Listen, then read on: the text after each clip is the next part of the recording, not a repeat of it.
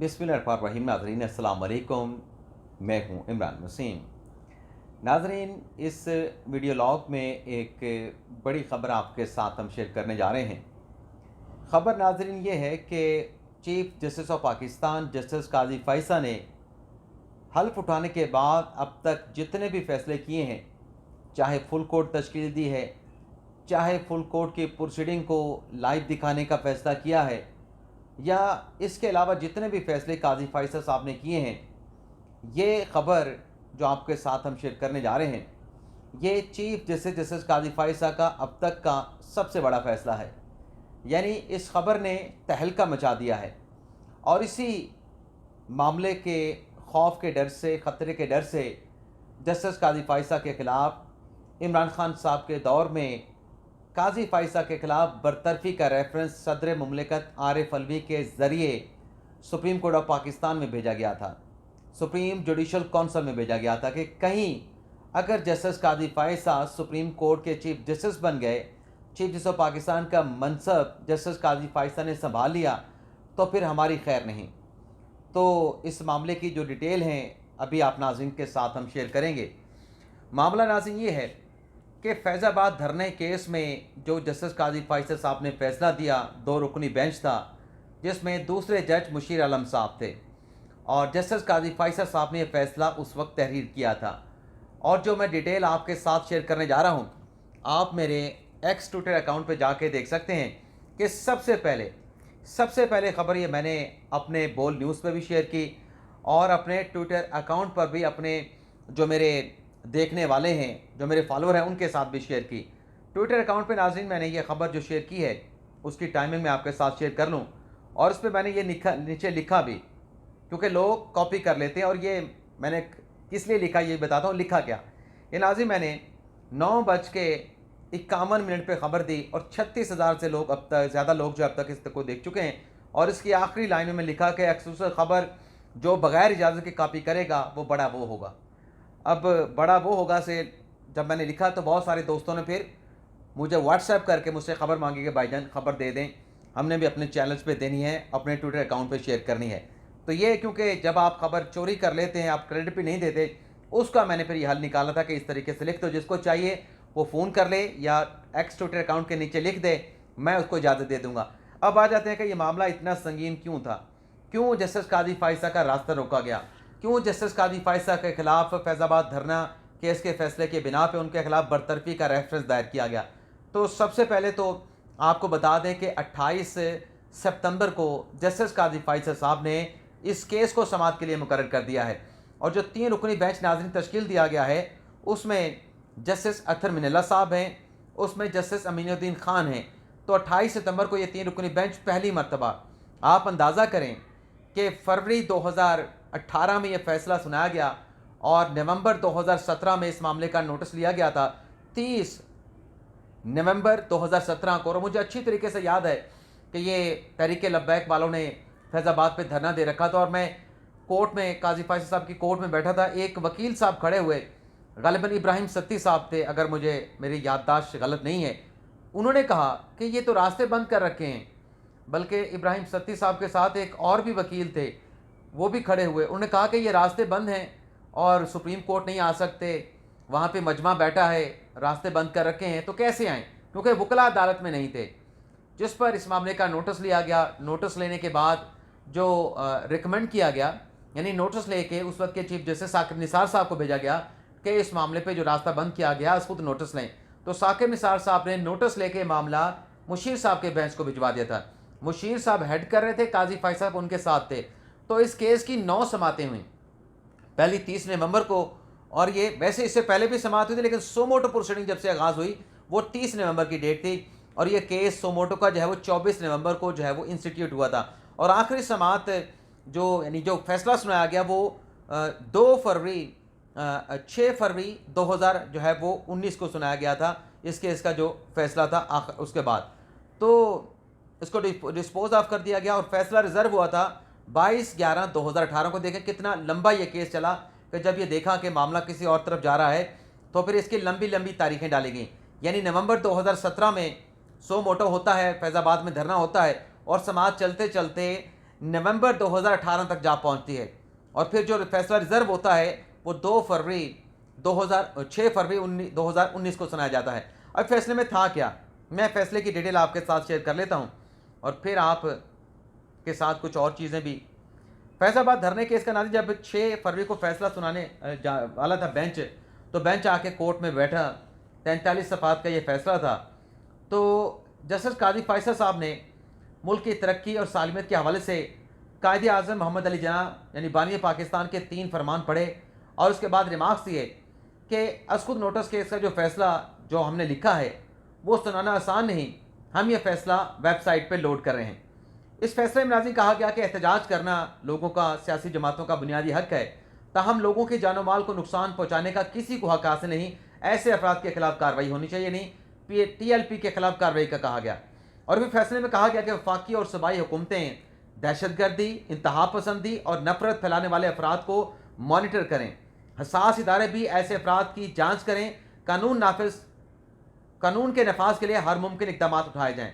और फिर आगे जो एक अहम पैराग्राफ था जिसके बाद फैज़ हमीद साहब के खिलाफ कार्रवाई हो सकती थी, जो कि नहीं हुई क्योंकि वो नज़र षानी भी समात के लिए मुकर्रर नहीं हुई। आप देख लेना कि ये फरवरी 2019 में फैसला आता है तो 1 माह के अंदर नज़र षानी आती है, यानी मार्च अप्रैल में नज़र षानी आ गई थी।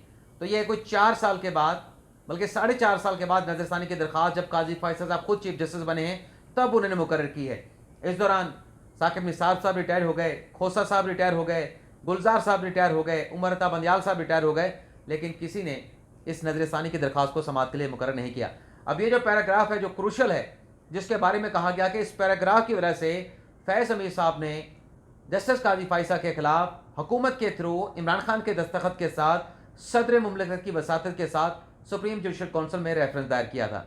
ये पैरा नाज़रीन ये कहता है कि सुप्रीम कोर्ट ने इस पैरे में हुक्म दिया कि आइन मुसल्लह अफवाज को सियासी अमल में शामिल होने और किसी भी सियासी जमात व शख्सियत की हमायत से रोकता है। इस हलफ की खिलाफ वर्जी करने वाले मुसल्लह अफवाज के अफराद के खिलाफ कार्रवाई की जाए। यानी जिन लोगों ने अपने जो अफवाज को, जो हल्फ है फौज का, जो सियासत में उनको इंडल्ज होने से, शामिल होने से रोकता है, जिसने भी इस हल्फ की खिलाफ वर्जी की है उसकी जो है वो उसके खिलाफ कार्रवाई की जाए।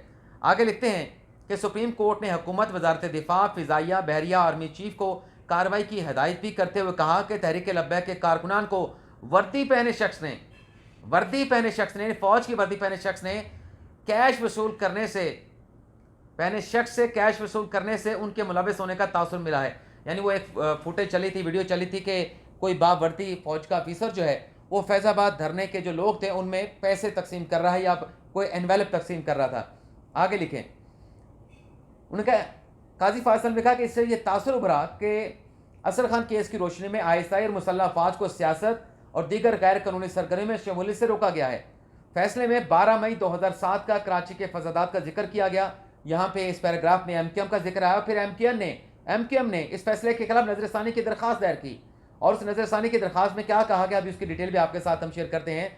और फिर इस फैसले में PTI का जो 2014 का धरना था सुप्रीम कोर्ट के सामने, उसका जिक्र भी किया गया। फैसले में लिखा गया कि तमाम सियासी जमातें अपने ज़राए आमदन बताने के पाबंद हैं। कानून पर अमल न करने वाली सियासी जमातों के खिलाफ इलेक्शन कमीशन कार्रवाई करे जो सियासी जमातें अपने ज़राए आमदन नहीं बताते। फैसले में मज़ीद कहा गया कि नफरत अमेज़ पैगाम नशर करने वाले चैनल्स के खिलाफ, यानी वो जो तकरीरें थी मजहबी जज्बात से भरपूर थी, लबरेज थी TLP की, उस पर कहा गया कि नफरत अमेज़ पैगाम नशर करने वाले चैनल्स के खिलाफ पैमरा कार्रवाई करे, जबकि नशरियात बंद करने वाले केबल ऑपरेटर के खिलाफ कार्रवाई की जाए। फैसले की कॉपी सेक्रेटरी दिफा, DG ISI, DG ISPR, DG IB को फराहम करने की हिदायत। तो ये फैसला था। अब आ जाते हैं कि इस नजरसानी में था क्या। एक तो वजारत दिफा ने नजरसानी की दरख्वास्त दायर की थी। वजारत दिफा की नजरसानी की दरख्वास्त ये थी कि जो फैसला सुप्रीम कोर्ट ने दिया है उस फैसले से फ़ौज और उसके खुफिया इदारों से मुतल्लिक फैसले में जो लिखा गया, उन सत्रों से वो जो फैसला है, जो सत्रें लिखी गई हैं फ़ौज से मुतल्लिक या उनके इदारों से मुतल्लिक, उसमें नजरसानी की जाए। उसमें कहा गया कि ये जो फैसला है इससे पाक फ़ौज का जो मोराल है उस पर मनफी असर पड़ेगा। अपील में कहा गया कि अगर इस अदालती फैसले पर नजरसानी ना की गई तो इंडिया समेत मुल्क दुश्मन नासिर को फ़ौज के खिलाफ झूठा प्रोपेगेंडा करने का मौका मिलेगा। अटॉर्नी जनरल की तवज्जो से वजारत दिफा की जानिब से दायर की जाने वाली नजरसानी की अपील में कहा गया कि अदालती फैसले से तासुर उभर रहा है कि फ़ौज पाकिस्तान अपने हल्फ की खिलाफ वर्जी कर रही है। नजरसानी की अपील में यह भी कहा गया कि सुप्रीम कोर्ट अपने फैसले में अफवाज पाकिस्तान के सरबराहान को जो हदायत दी हैं वो मुबहम और गैर वाज़ेह हैं। सुप्रीम कोर्ट अपने फैसले में वजारत दिफा की तवज्जो से आर्मी चीफ समेत अफवाज पाकिस्तान के सरबराहान को हुक्म दिया था कि वो अपने मातहत एहलकारों के खिलाफ सख्त कार्रवाई करे जिन्होंने अपने हल्फ की खिलाफ वर्जी करते हुए सियासी अमूर में मदाखलत की है। तो ये वजारत दिफा की अपील थी। इसी तरीके से एक पाकिस्तान तहरीक इंसाफ इमरान खान साहब की जमात ने भी नजरसानी दायर की थी। एक तो पहले नजरसानी की दरख्वास्त दायर की, वो दायर करने के बाद जब रिएक्शन आया तो वो वापस लेके एक नई नजरसानी की दरख्वास्त तहरीक इंसाफ ने दायर की थी। पहले नजरसानी की दरख्वास्त में तहरीक इंसाफ ने, हालांकि नजरसानी की दरख्वास्त में PTI क्या लिख रही है कि जस्टिस काजी फायसा साहब ने अपने हल्फ की खिलाफ वर्जी की है, अपना मिसकंडक्ट किया है, तो जस्टिस काजी फायसा को नजरसानी केस की समाअत करते हुए बरतरफ कर दिया जाए। अब PTI के वकला को बंदा ये बताए कि सुप्रीम जुडिशल काउंसिल में चले आप रेफरेंस दायर करें, नजरसानी का केस तो सुनना जस्टिस काजी फायसा ने था, उसी के सामने नजरसानी दायर करके आप ये कह रहे हैं कि जस्टिस काजी फायसा को ओहदे से हटाया जाए, उसने मिसकंडक्ट किया है। अच्छा, कुछ दोस्तों ने सवाल किया कि तो 2 रुकनी बेंच था, 3 रुकनी बेंच क्यों बना दिया? तो इसमें तो 2 रुकनी बेंच बनना चाहिए था। तो नाज़रीन, इसमें भी आपको बता दें कि नजरसानी में जो एक प्रैक्टिस होती है कि पहले जो तमाम का तमाम बेंच दस्तियाब हो वही बैठता है, और ज़्यादातर जो प्रैक्टिस है कि जो आथर जज होता है एटलीस्ट वो लाजमी बेंच में बैठा हो। तो काजी फायसा साहब ने फैसला लिखा था, वो तो बेंच में शामिल हैं और मुशीर आलम साहब रिटायर हो चुके हैं, तो इसलिए उन्होंने 2 जज साहबान को शामिल कर लिया कि किसी एक जज के बजाय 2 जज को शामिल कर लेते हैं ताकि किसी का कोई एतराज़ भी ना हो। तो PTI की जो दूसरी नजरसानी की दरख्वास्त है उसमें यह कहा गया कि सुप्रीम कोर्ट के फैसले में खामियां हैं, इंसाफ के तकाजे पूरे करने के लिए नजरसानी करने की ज़रूरत है। तहरीक इंसाफ ने अपनी दरख्वास्त में कहा कि जो तहरीक लब्बैक का मामला था उसका तो पाकिस्तान तहरीक इंसाफ के कोई ताल्लुक नहीं था। 6 फरवरी के फैसले में 2014 में तहरीक इंसाफ और पाकिस्तान अवामी तहरीक के धरने के हवाले दिए गए और चंद रिमार्क्स दिए गए, वो हज़फ किए जाएँ। PTI का कहना था कि सुप्रीम कोर्ट की जानिब से आज नोटिस 2017 में होने वाले तहरीक लब्बैक के धरने के हवाले से था, ना कि तहरीक इंसाफ और अवामी तहरीक के धरने के हवाले से। दरख्वास्त में कहा गया कि PTI और पैट के धरने के हवाले के जो पैराग्राफ हैं 17, 22, 23, 24, 52, उससे जो तासुर गया है कि दरख्वास्त गुजार अपनी तशहीर के लिए गैर कानूनी धरना और झूठे इल्ज़ामात लगाए गए, यानी जो नजरसानी PTI ने दायर की उन पर झूठे और बेबुनियाद इल्ज़ामात लगाए गए। तहरीक इंसाफ की यानी से दायर दरख्वास्त पटिशन में कहा गया कि फैज़ाबाद धरने के ख़त्म होने के बाद दिए गए रिमार्क्स गैर ज़रूरी हैं, हज़फ किए जाएँ। और फिर कहा गया कि दरख्वास्त गुजार ने धरना हकीकी वजूहात की बिना पे पाकिस्तान के अवाम की बुनियादी हकूक़ के मुताबिक दिया था। 2014 के धरने की बात हो रही है।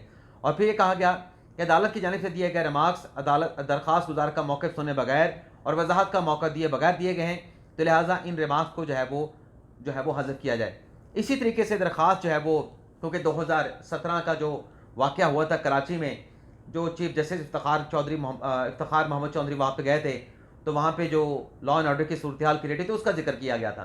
तो MQM ने भी कहा कि ये फ़ैसला जो है वो टारगेट किया गया है, ये नहीं होना चाहिए, वो नहीं होना चाहिए, फ़ैसले पे नज़रसानी करें। तो अब देखते हैं कि ये जो नज़रसानी की दरख्वास्तें दायर हुई थी वजारत दिफा की और पाकिस्तान तहरीक इंसाफ की और MQM की, और इस पर अब 28 सितंबर को बड़ी अहम समाअत होने जा रही है। और जो हमने एक और ख़बर आपके साथ शेयर की थी कि जब तक प्रैक्टिस एंड प्रोसीजर बिल का फ़ैसला नहीं हो जाता तब तक अहम हसास-नीयत के केसेस को समाअत के लिए लगाने से रोक दिया गया है। तो वो केसेस हैं जो आर्टिकल 184(3) के जो supreme court practice and procedure bill के बाद में जो आए हैं, जिनके फैसले लगे हैं, उससे पहले वाले जो केसेस हैं उन पे गालिबन ये जो नया कानून बना है प्रैक्टिस एंड प्रोसीजर उसका इतलाक़ नहीं होता। तो इसलिए ये फैज़ाबाद धरना केस का, नजरसानी का जो केस है, इसको समाअत के लिए मुकर्रर कर दिया गया है। तो इस समाअत के मुकर्रर होने के बाद, नजरसानी के बाद, ज़ाहिर सी बात है कि GOHQ की नज़रें भी अब होंगी सुप्रीम कोर्ट ऑफ पाकिस्तान से, और इस मामले के साथ जो फेट जुड़ी है वो साबिक DG ISI जनरल फैज़ हमीद साहब की है, और किसी न किसी तरीके से लिंक जो है वो साबिक आर्मी चीफ जनरल बाजवा साहब का भी बनता है। और ज़ाहिर सी बात है कि जब ये केस टेकअप होगा तो वजारत दिफा से भी जवाब मांगा जाएगा। तो वजारत दिफा का जो जवाब है वो तो ज़ाहिर सी बात है कि आर्मी चीफ आसिम अली शाह साहब भी किसी न किसी तरीके से इस केस के साथ लिंक हो जाएंगे कि क्या कोई कार्रवाई अब हो सकती है। जो उस वक्त के फ़ौजी अफसरान थे वो तो रिटायर हो चुके हैं, तो अब क्या हो सकता है। तो मामला बड़ा दिलचस्प है, देखते हैं कि 28 सितंबर को इस केस के हवाले से क्या कार्रवाई होती है। इजाज़त चाहते हैं, अल्लाह हाफ़िज़।